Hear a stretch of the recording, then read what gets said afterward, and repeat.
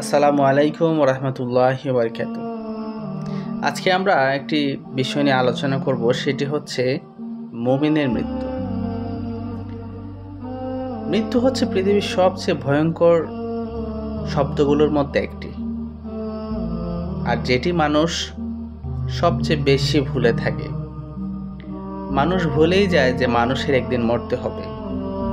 আপনি আমরা এমনভাবে দুনিয়ায় বিচরণ করি, মানে আমাদের ক্ষণিকের জন্য মনে হয় না যে আমরা মৃত্যুবরণ করব।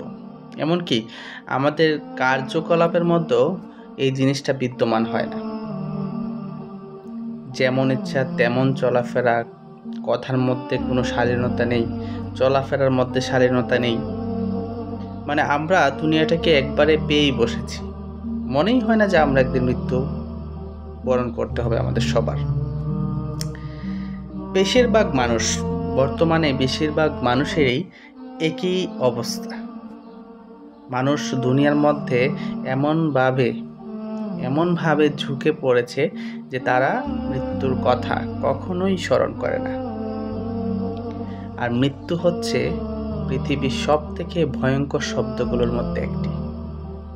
আপনি একবার চিন্তা করুন, যখন আপনার সামনে মৃত্যু উপস্থিত হবে, মালাকুল মউত যখন আপনার সামনে উপস্থিত হবে, তখন আপনার কি হবে? একবার গিয়ে চিন্তা করেছেন? কখনোই না। কারণ আমরা মৃত্যু নিয়ে কখনোই কিছু ভাবি না। আমরা তো দুনিয়াতে সারা জীবন বেঁচে থাকব, তাই না? অথচ একজন মুমিন আত্মার মৃত্যু আর একজন খারাপ আত্মার মৃত্যু একরকম নয়। আমরা আজকে মুমিন আত্মার বিষয়ে কিছু আলোচনা করব।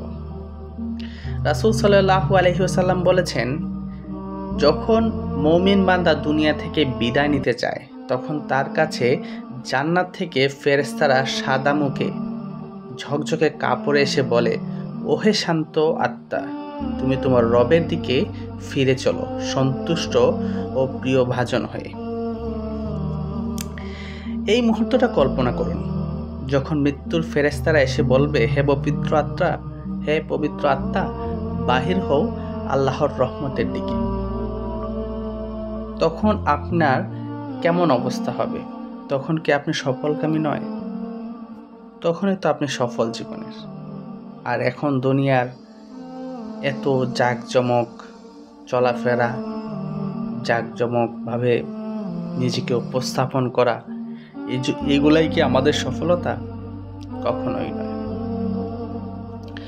একবার চিন্তা করুন, তখন সে আত্মা এমন সহজে বাইর হয়ে আসবে যেমন পানি কলসির মুখ দিয়ে গড়িয়ে পড়ে।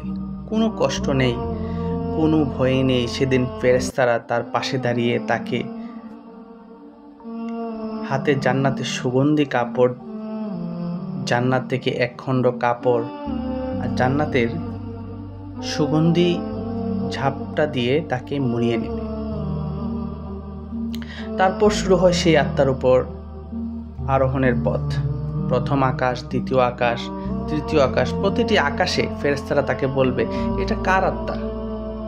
তখন ওই মৃত্যুর ফেরেশতারা উত্তর দেবে, এটা অমুকের সন্তান।